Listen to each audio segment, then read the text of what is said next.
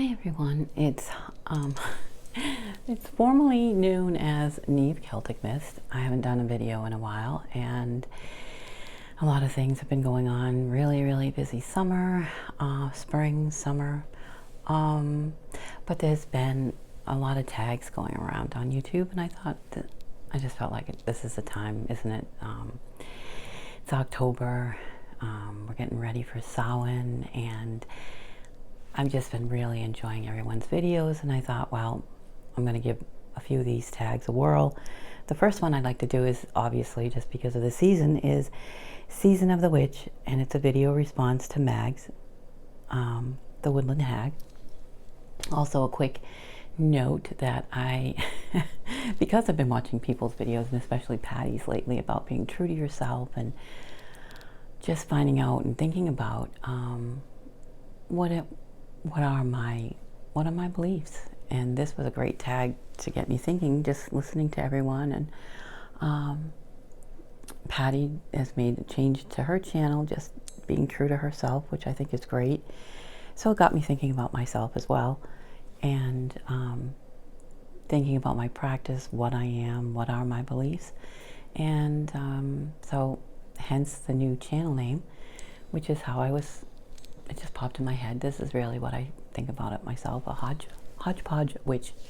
And what that means is I love to study different kinds of spirituality. I love history, and I take a lot of my life experiences, things that I've explored spiritually, and incorporate them into my practice.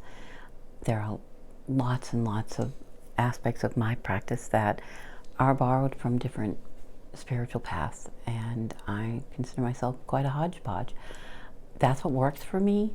I come from a Catholic background. I think I've said that earlier on my channel, and there were parts of that faith as being raised in it and really living it off and on throughout my 20s and 30s. But then there were just other things to deal with the church itself that I just didn't agree with. And so I just think that we're all here to get along and not really decide what's best for other people, and we're all trying to do the best we can. And some of the spirituality that different faiths and beliefs that I've encountered over the years have really been quite beautiful, and there's parts of them that I really do feel connected to. But the way I've just felt, I just don't do well in any kind of organized faith. I'm really very eclectic, and I have been the happiest when I'm kind of doing things my way. So let's get started with this tag before it gets on too long. This is my first video in a long time. I had to explore the whole getting the video set up and my view here, which I'm gonna have to work with, because I'm like, how did I do this before? I don't know. You don't use it, you lose it. So bear with me. I hope my little Halloween and autumn scene's okay with everybody for now. So let's go right into these questions. The first one is, in what way do I choose to identify with as a witch? I think I just kind of said that. I'm kind of an eclectic mash of everything. I work with the saints. I work with Mary, a very close relationship to Mary. Jesus, I believe. I think the message, there wasn't anything wrong in his message. And so I think that if you listen to other, if you listen to, the teachings of Buddha, a lot of it resonates with what Jesus was about. And really it was about not judging, helping people, accepting people the way they were, trying to be the better part of ourselves. So again, he also comes into my practice, not a lot. He does have a spot on my altar, as does the Blessed Virgin Mary. just because of my early childhood and, like I said, my early faith. I do feel there's a connection. I don't believe in what the church, the man-made part of the church, turned into. But I think the core message of what he taught and how he was is there. And I one of the biggest things I believe is when, the message was we can be like that too. Everything he did, we could do it if we had the faith and the determination to try to live a better way. Okay, so that's just, hope everyone kind of gets that. What does my daily practice look like? It definitely involves tarot. I'm a very intuitive person. And later videos I can go on about, I think there's one going around about what kind of, the clairs, how many of the clairs do you possess? I can, the main one that I have is, I would say, probably audience, although I'd have to look more into them because I never really have. I've seen the people talking about them, but I've never really thought about it for myself. I don't necessarily hear things outside. It's more inside, but it is voice, and I've heard it since I was a child. An inner guidance where, everyone says you have a guardian angel or a spirit guide. I internally hear and get directions and messages at times. And I have found when I don't listen to that, then I'm in trouble. I should have listened. And now being 56 years old, I realize that if I get that feeling, I pay attention to it. I'm also very intuitive. I can read people very well. If someone tells me something, immediately I'll know what this person's all about. And if there's something off about it, I'll say, it'll pop in my head. Not that I judge people, but it's like I can't help it. Like if something happens later with that person, I prepare myself. And then I'll say, I was right on that. And when I tell other people, especially people I work with, like, I don't know. I don't get a good, even if it's someone in your workforce, if they come in for the job, they get the job, and I just really know whether they're going to be, a good fit, not a good fit. It kind of helps because I'm a supervisor. And I would say 99.9% I'm on it. And they'll say, other people in my office will say, you said that about it. And I'm like, yeah, well. So I don't know what that is, but I'm also very empathic. That's why I have to limit my social media as far as movies and things like that, because if I don't, I really feel it. I can't watch a lot of violent or, movies like that because I really feel, and it stays with me. It's not just a movie and I can't let it go.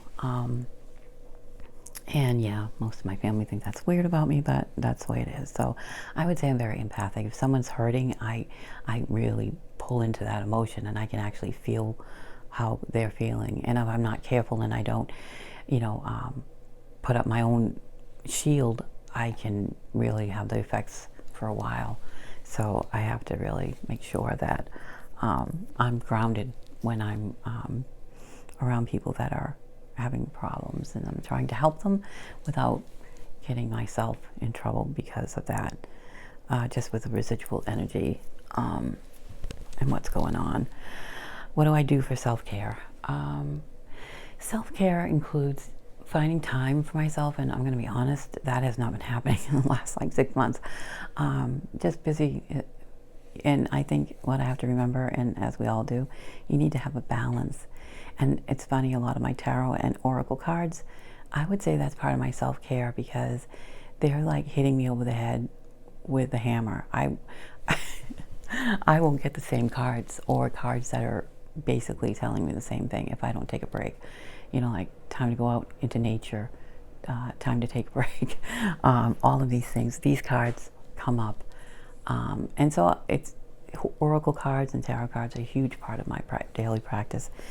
Spell work, sometimes if I want to I use a lot of sage, a lot of cleansing, a lot of Florida water, cleansing my space spiritually, just to keep the negativity down or any stress when I start to feel that building up in myself and I haven't had the time to take a break. I need to take the 5 minutes and do a little calming, centering, even at work, even if it's to get up and walk around, or I'm fortunate enough to be able to work from home. Probably, I have to go, let's say office maybe at least once a week. If weather's bad, I get to work from home, so I'm able to push away. But then again, I think when I'm working at home sometimes, it's not like when I'm in the office. I find I take the breaks. Where I'm at home, I just kind of trudge on, and that's not good either. So I have to really mentally push myself. So that includes, as far as I would say, self-care, as in, just taking that time, listening to what the tarot tells me, or the oracle tells me, or just that inner voice, which everyday life you can get that shut off, I think. Okay, the next question, number 4. What do I do to take care of nature? Well, I'm very fortunate. I live in Western Massachusetts, and I'm surrounded by a lot of nature out here. And I have actually, in the previous place that I lived, even though it was a little bit more like of a bigger town, I've never really lived in a city. And I was able to live in like a wooded area where we lived previously, because we've been here almost 3 years now. But I've always had deer around me, bobcats, fisher cats, raccoons, owls, hawks, all kinds of animals like that around me all the time.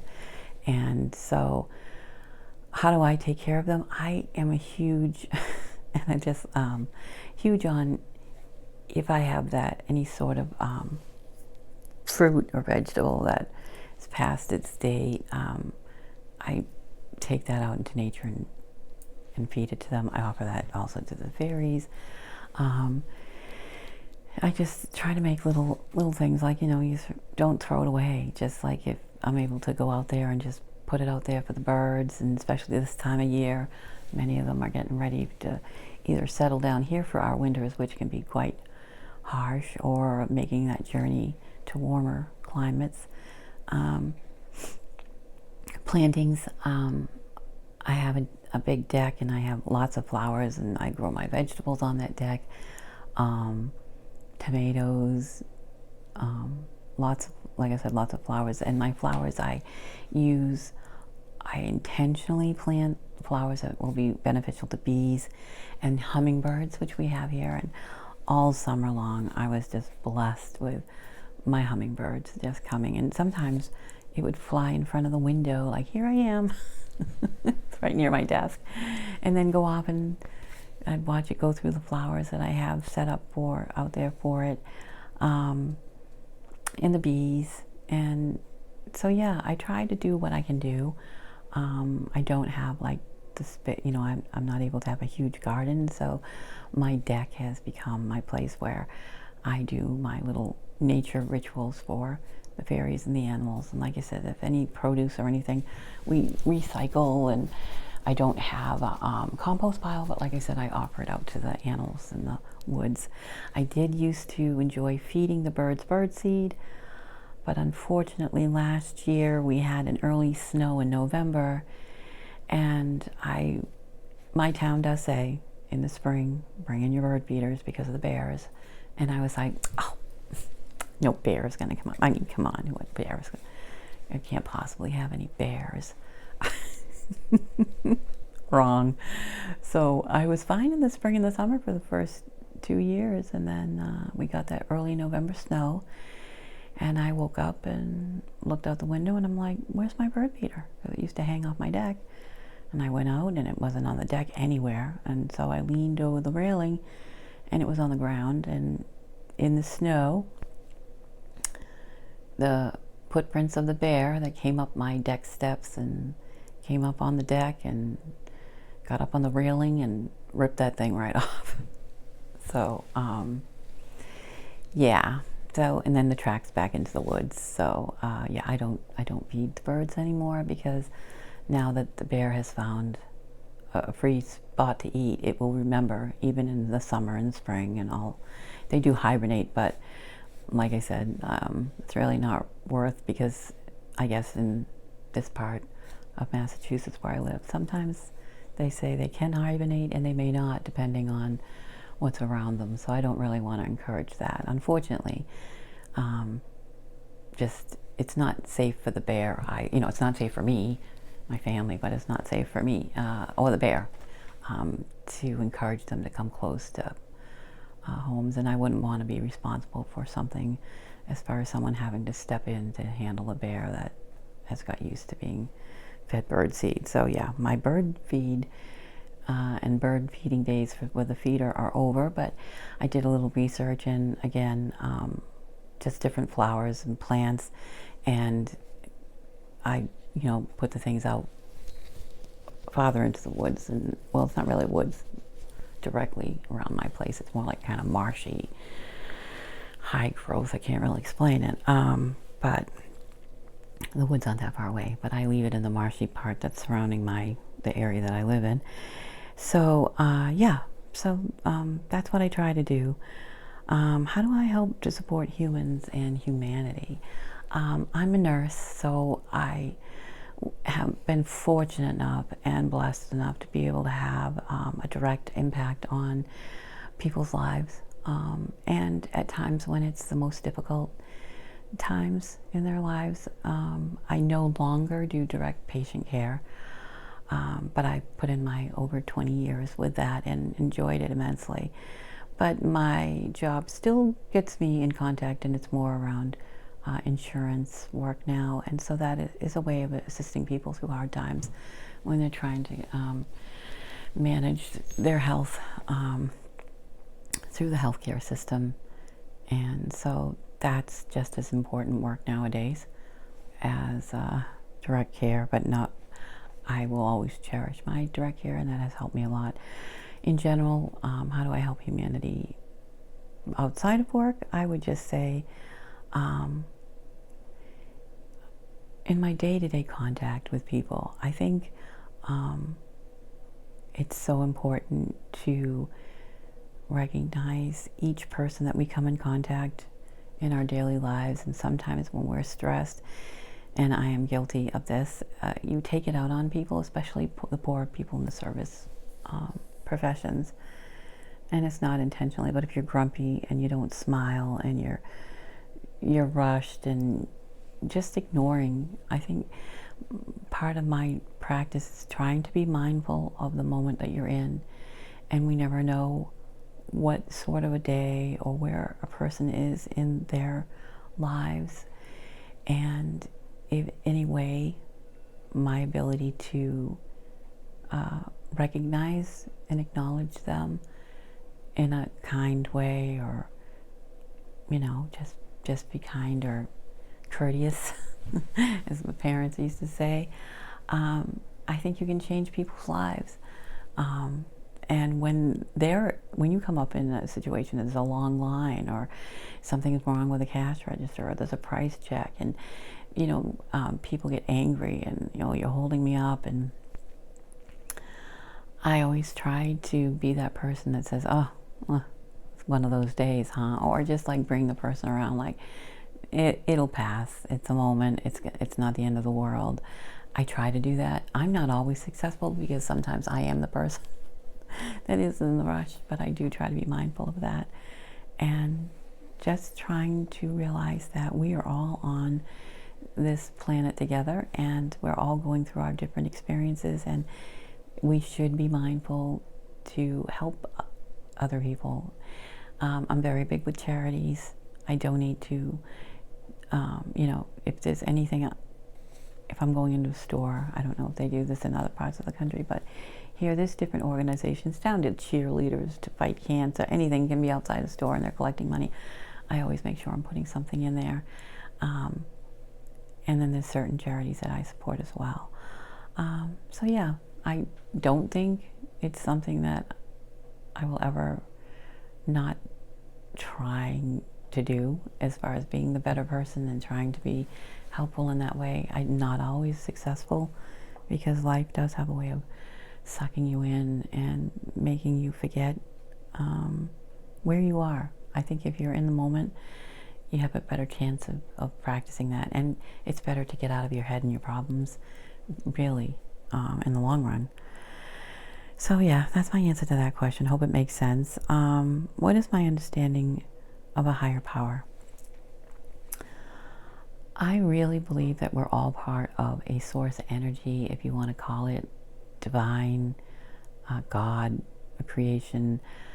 I believe we're all part of that source that this universe, our planet, everything created and came from. I think we have as much connection to trees, plants, water, air, animals, other people, planets, everything. We're all connected. There's a part of it. It's all connected to this energy. And I believe there is an intelligence in everything. Even inanimate objects, I believe, hold on to energy. And yeah, I believe there is a connection to source at all times. I don't believe there is a place that we can get away from that. And we're a part of it. I believe we have lived more than one life. I believe in even in alternate realities or different parts of the universe. We have traveled and we have done things, and everything here is an experience. I think one of the things that really kept me from being able to, and I'm going to say fit in or have any sort of belief in an organized religion, is the fact of, one, all the rules as far as this is it. Anything that believes that our experience here, and we're working towards a heaven, or if not, you're going to go to hell or an alternate place. And I don't believe this is all there is. I believe we're part of something much bigger. I don't believe that we're being judged. I believe we are experiencing things, and from that, the higher self, consciousness, or whatever you want to call God, experiences all of these aspects. I believe there's good. I believe there's evil, to the point of it not really meaning anything. Whether it's evil or it's good, it doesn't matter. It just is. And part of that non-judgment, although difficult when bad things happen, I don't believe there's somebody, because it never made sense to me. If there was a God, then why do these horrible things happen? Because surely a God would not allow these things to happen. I believe we sign up for the things that happen to us, including terrible things. And there's a reason why we experience them. I think we come here with that purpose. And that, I think, is a reason why a lot of people don't believe that they're co-creators in their lives, because they believe that things happen. But I also, to an extent, believe, I don't think anything happens for a reason. I think without a reason, I think we create it. Now, I think there's a lot of people that are creating their situations because they don't remember or not connected to the real reason they're here. And if they did, perhaps their lives would be different. But again, I do also believe that people are here to sign up for certain experiences. But if you're not happy with the way your life goes, I do believe we have 100% control of that, and you can change it as far as what you want to create. And you can do anything, and you can be anything. I think the book The Secret by Rhonda Byrne touched on that a little bit, of things that just if I was studying on my own, maybe in a higher way, like she kind of made it simple, I think, where I was always in these philosophical, religious explorations and reading a lot of material that I think a lot of people probably wouldn't even think was interesting. But I think that one of the great things about her is, in her books, is that she's brought that to people. Now, that's, to me, it's just the beginning. That's like, if you really want to know how to work that, use that power and I call it magic in your life, then you need to, you know, not all the answers are there. It's more than what is in the books. You really have to study that a little bit deeper and practice it. But the basics are there. And yeah, so that's my higher power. I believe we're all connected. I believe this is, like I said, not the first time we've all been here. I've met people, including my oldest son, who's a very old soul. And I said that from the minute he was born. He was like a little old man in a body, a baby's body. And yeah, he is something that even I'm not, as far as very, very relaxed in, you know, life, I would say.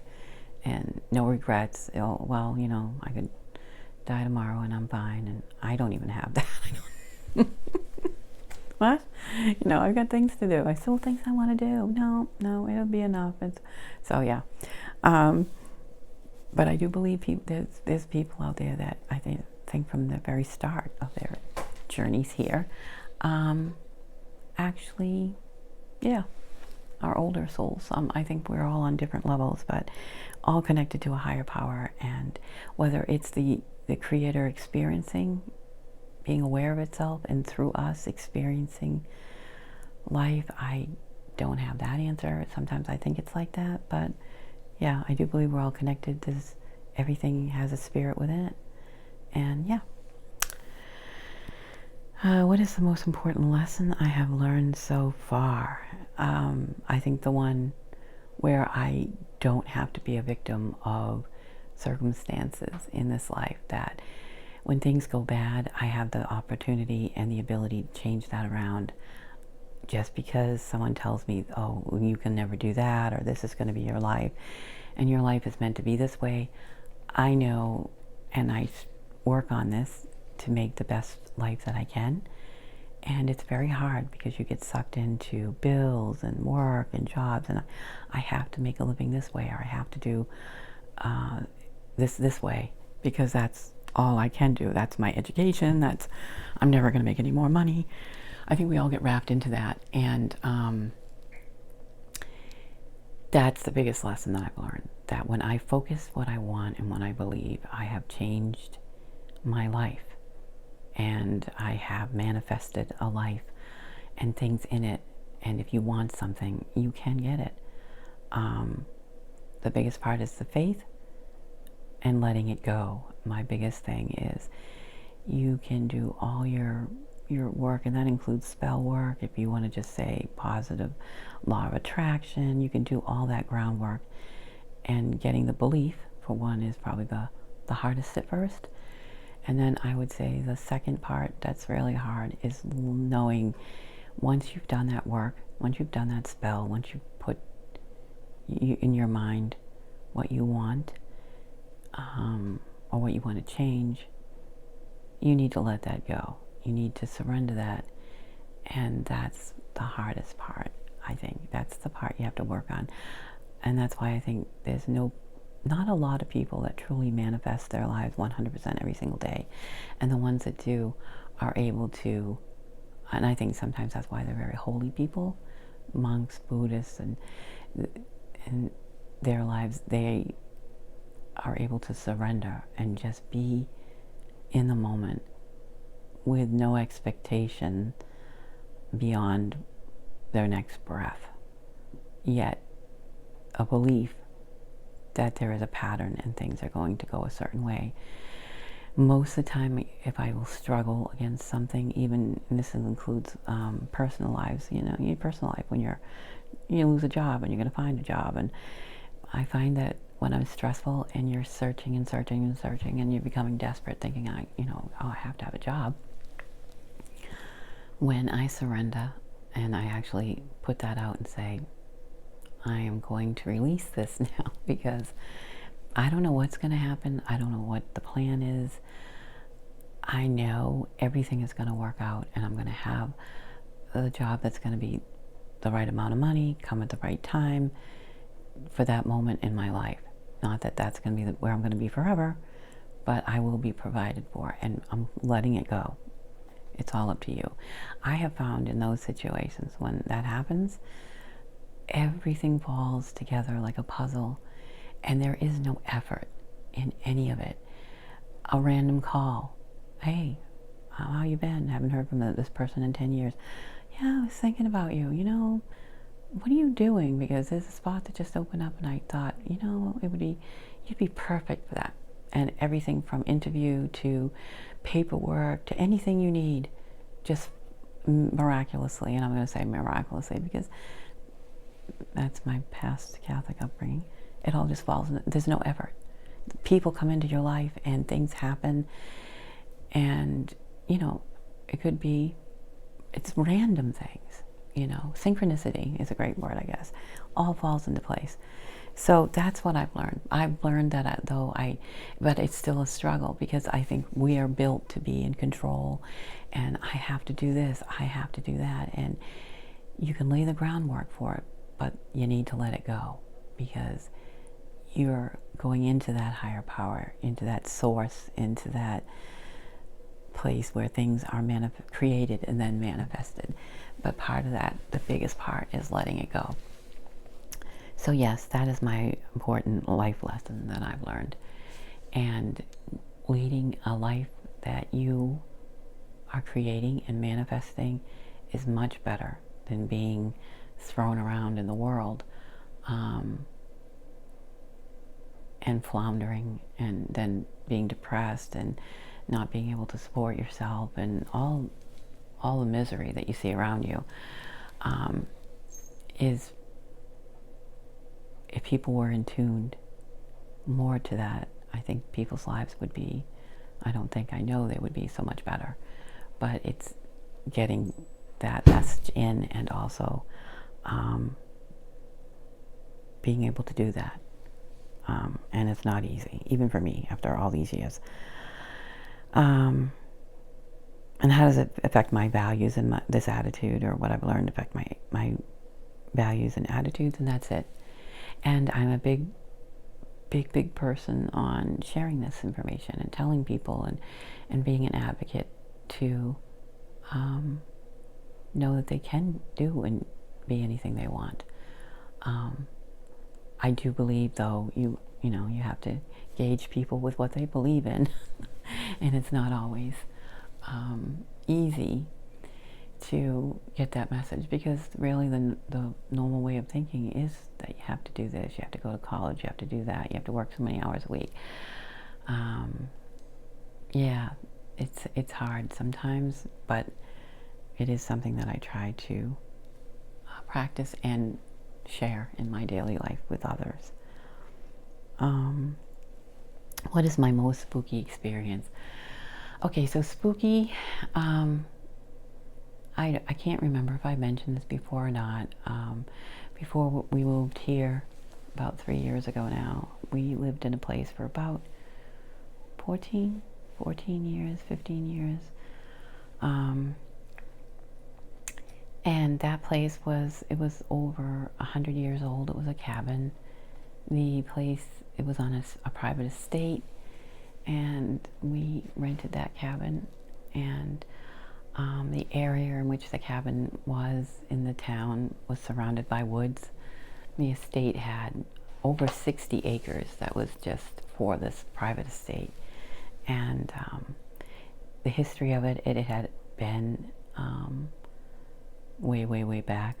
A local Indian tribe lived there, and from what we got from the historical society was that they had experienced a plague, and the area was abandoned. Many in the village died, and the Indians gave it the name, and the property was actually named that. And I wondered if they really knew what that meant in the Indian language, but it was really place of death. So yeah, fun times when we looked that up, when we were researching it because of the things we were experiencing there. I believe it was a huge place. There was a huge ley line there. And we experienced the most, some of the most outrageous experiences. If I wasn't, I'm not going to say built the way I am as far as mentally and things that I believe in as far as well as my husband. Yeah, we probably would not have stayed there. I am grateful for my experience of living there because I always believed there was more to this world and there isn't something beyond the veil, and there are things we cannot see us, and that goes down to, I don't know what you want, thought forms. It's huge. Thought forms, fae, whatever you want to say, spiritual beings that have never been alive physically but exist in alternate dimensions, or sometimes I believe, like at ley lines at certain spots, those worlds kind of connect, and there is a way for them to pass back and forth.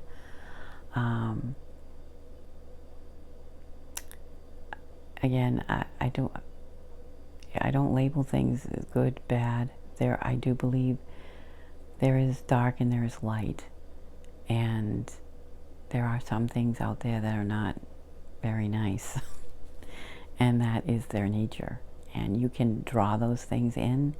They can become attached to you, and they can run havoc and ruin your lives. So you need to be cautious of that. I learned that there, that you need to set up boundaries, and I was constantly setting up boundaries around my house to keep things at a tolerable level. I also, didn't let anything mess with me, because there are things that feed off of you, and they get their power from you, and you need to protect that energy. You need to protect your own energy and not let things get through your field. I'm going to call it a field, and not putting out the fear as far as being helpless when things happen. So probably it's not really spooky, because to me it's more like scary. Spooky is maybe having things float across the room, which that happened. That's spooky. When you first see that, or things move. Like we could never keep a candle on the mantle at the fireplace. I would have one on either side, and it would be gone. I'd turn around and it would be gone. And then I'd look all over for it. Did it fall, roll out of the couch, whatever? And I would tear the room apart looking for it. And then I would just say, oh, forget it. I don't care about the candle. I don't care if I find it. And I would go into the kitchen, come back into the living room, and there it was, balanced on the arm of the couch in plain sight. My husband actually saw something float by. I didn't. He saw the candle float by once. I didn't see it float. I don't know how I'd be with that. And he said, I never told you because I didn't want to freak you out. But just things missing, just gone, can't finding it, and then turning around, and then they're there, right in front of your face, and balanced in like off a shelf precariously where it couldn't even balance like that, but there it is, like on the very edge. So to me, those are spooky things. I did have an experience where I was touched, scratched by something in that house, and it was very connected to my youngest son, and that was when it happened. He decided he wanted to go to the mall to see his girlfriend. He was probably about 14, in a snowstorm, and the mall was like 45 minutes away. I'm like, yeah, that's not happening. So as teenagers do, Mom. And this is why I want to say too, teens, I believe, are huge, like when you want to go to poltergeist activity. So this is what I mean. I think it's huge. People say that maybe the teenagers are creating it. I'm not so sure of that, although I do believe you can create thought forms. So it's possible, and there's a lot going on in a teen as far as hormones and everything else. So I'm kind of out on that. If we didn't have other experiences, I would wonder. He used to see a little girl all the time in his room, and she would be staring at him. So just because of that, he would voice that to me, that he saw her. That's why I kind of think it was something else. And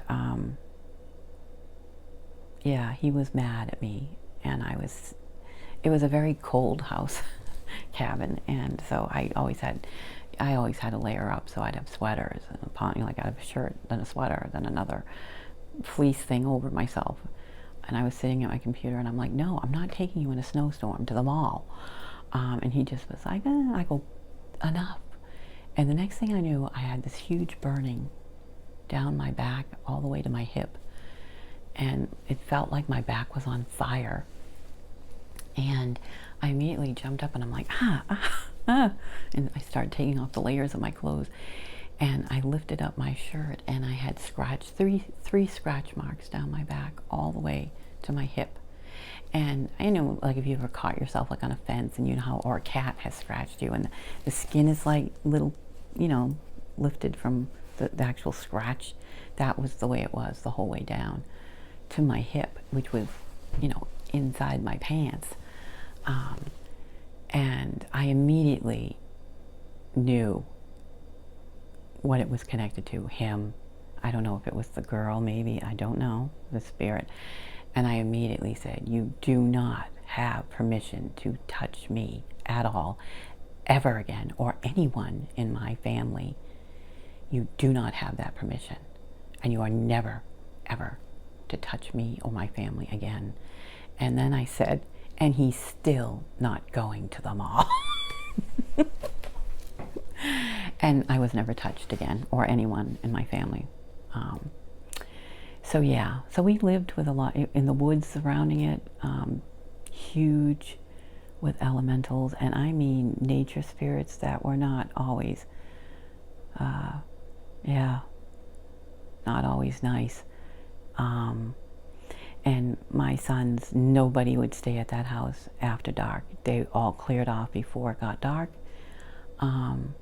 There was a lot of energy coming off those woods, and it was not, if it was sunset, you were in the house, you weren't out there, that's for sure.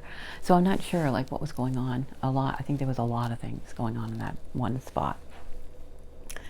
We did move, and I must say, I'm glad I experienced what I experienced, because I don't have any doubts anymore. And I know there's people that don't have doubt, are ghosts real? Is there something else? Is there spirits? Is there entities? Or I don't have that doubt anymore. So that's because of my experience. I hope this loads up. It's going a lot. I apologize. It's kind of going on for a while here. I'm going to speed this up. Would I ever curse or hex anyone? Not intentionally, but I think we can do it because words and feelings connected.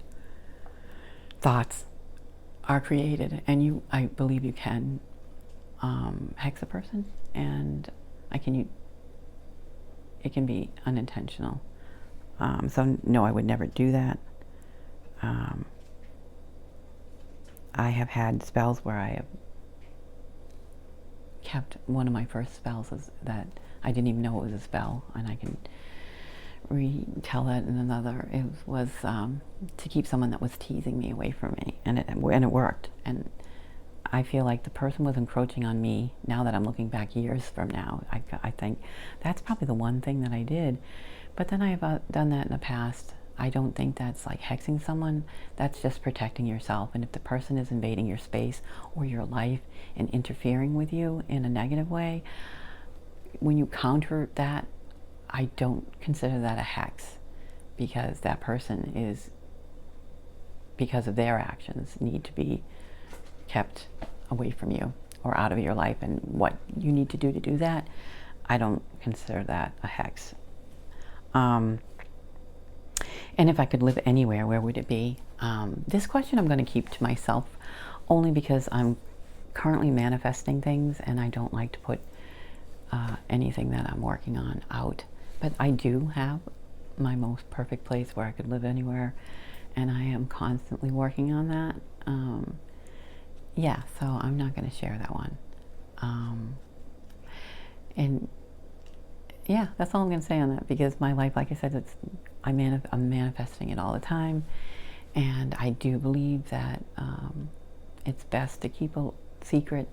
And I think that's, as I identify with a witch,